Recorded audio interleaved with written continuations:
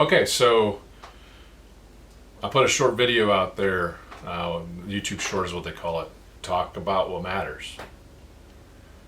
And it's kind of a challenge for myself, but maybe for others as well, where we just get rid of, all the garbage, all the noise, and have real conversations with people.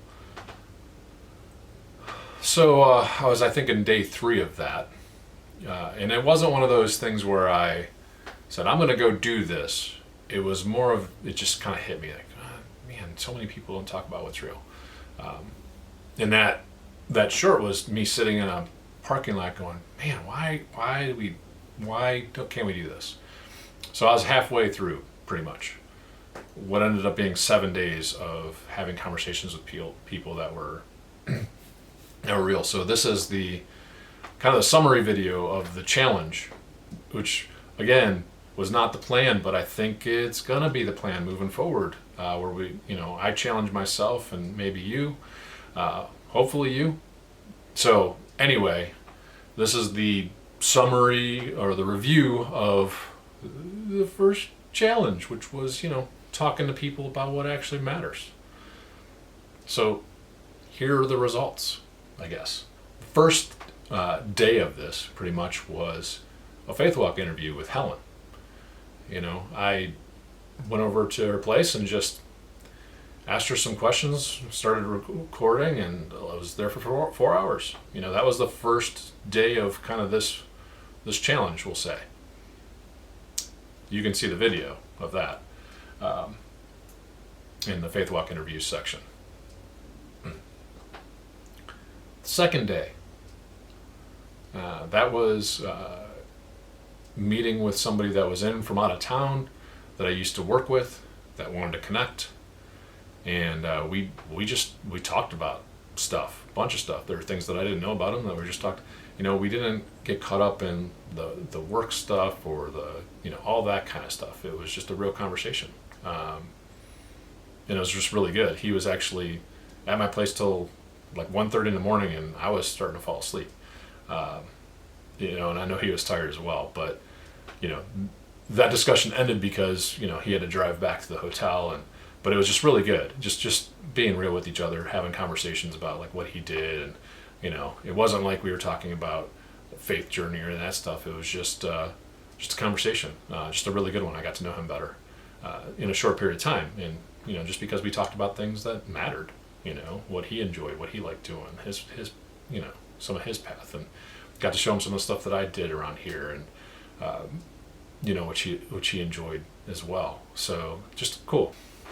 So ironically, the next day was another person that I used to work with that connected with me, and it was a different encounter, not in a bad way, but just different. We went and met up somewhere and grabbed a drink and ended up walking around the block, and just talking as we walked around the block. And it was a different conversation, but it was also one of those real conversations where we spoke to things that we hadn't talked about before, things like that. And that was really cool. And I think it was an hour and a half or whatever, so short. The day before was hours of talking to somebody, and that one was that. Every one of these encounters was very different in how they came to be, and the encounter itself, which is pretty cool. So the next day, I get an invite to, impromptu invite to go hang out with a good friend of mine, actually 2 good friends of mine, and just went over there and sat down on a couch, and we were talking about stuff. And we've had times where we just kind of talk about surface level things, but this one we got a little bit more real, and it was a good conversation. One of those conversations that I wish we could have kept going with, but again, one of them had to go to bed, and whatever the case may be. But that was with a couple people, and we're just having some conversation and getting each other's viewpoints. By the way, I don't think either of those gentlemen go to church, but they both have faith and religion. That there's a video out there for that. Anyway, we didn't get caught up in that. We talked about real stuff. We didn't get caught in the noise of like this and that and the other. We just tried to get down to the real, and that was cool to do. I had actually gotten a text earlier in the week about helping, potentially helping somebody with electrical issues that they were having with the truck. And it was just kind of a random, like off the wall thing. So that, but that next day I went over and I met with a senior in high school, and I was just helping him through some stuff on the truck and kind of showing him some things. And he wasn't real comfortable with electrical, so I tried to, demystify some of that for him and do that. But just, just like genuine conversation. We didn't get into like anything really deep, but I also didn't avoid it, and it was actually kind of interesting because his grandmother walked by, and she actually attends the same church I do, and she's like, "Hey, Scott," just walked by. But anyway, that was Saturday, and it was a very different experience because it was just kind of showing him and kind of explaining how some things work with the vehicle and things like that. It was not, it was just that kind of encounter. So, but pretty cool, like something that I hadn't done with anybody in the past, and just it's just pretty crazy. Completely different encounter. Still, we weren't talking about politics. It was something that was real, sitting right in front of us, and we could actually touch, feel, and see the issues that were going on with the truck. So that was neat. So the day after that, which is I think day 6, sitting eating with some members of the church, and there's a person sitting across from me that I had never really talked to. Come to find out, he's been going to the church for 6 years. When I say I'm an introvert by nature, and I don't really, there you go. So anyway, sitting across from him, it just, this is in my brain. I was like, well, hey, haven't talked to him. Let me try that. And again, introvert. Ironically, he is as well, which we found out because we had a conversation. So I was like, hey, why don't you tell me about yourself? And I'm like, oh, listen, I was very awkward with that whole thing. Let me just say, these things did not come easy to me. And he was like, well, I exist. It's like, ooh, okay. I'm like, yeah, I'm sorry, I probably should have said something about me. But as I was doing that, he starts talking about himself and, his story and that kind of stuff. And then I tell him a little bit about mine, and it was just a really cool thing. So I found out that he's neighbors with somebody else that I know, that he's a tool and die maker. And we start talking about the trades and how that's a whole thing. And I'm passionate about the trades going away, and so is he. And, he's retired and all that stuff. So it was just a very cool conversation. Very different encounter as well. But one that that was probably the one that I took the initiative with. Other ones, people were just like, hey, you want to come over, or whatever the case may be. Hey, I want to get with you. So that one I initiated, which again is not in my comfort zone, but I'm so glad I did it. It was so cool talking to him.